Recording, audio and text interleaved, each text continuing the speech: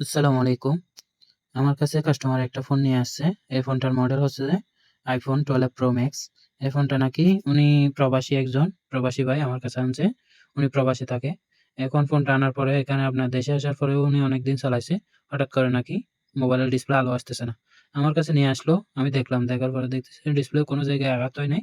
তারপরেও দেখতেছি যে আপনার আলো আসতেছে না। তো উনি বলতেছে হয়তো সম্ভবত ছাপকাইছে মনে হয়। তার কারণে ডিসপ্লেতে আলো আসতেছে না কিন্তু ফোন চালু হচ্ছে।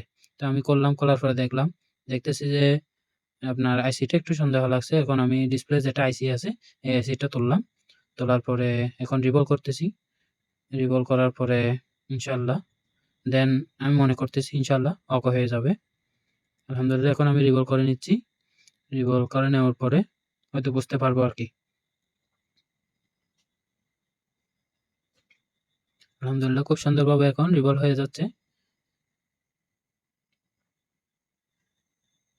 দেন এখন সুন্দরভাবে রিভলভ হয়ে গেল। এখন আমি একটু তারপরে হিট দিয়ে নিচ্ছি যাতে আপনার বাল্বগুলা একেবারে জায়গা মতো লেগে যায়। ওইটার কারণে আসলে প্লেটের মধ্যে সবসময় একুরেট ভাবে বলগুলা একুরেট হয় না। একটু এদিক ওদিক থাকে।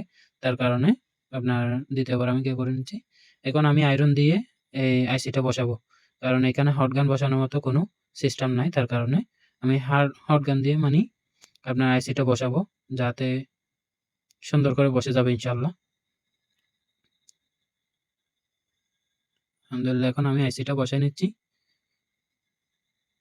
দেন পেস্ট বের হইছে তার মানে আইসিটা বসে গেছে। তারপর আমি একটু টুইজার দিয়ে নাড়া দিয়ে দেখব যাতে কোনো বাল্ব যেন এদিক ওদিক না হয় একুরেট ভাবে বসে ওইটার কারণে।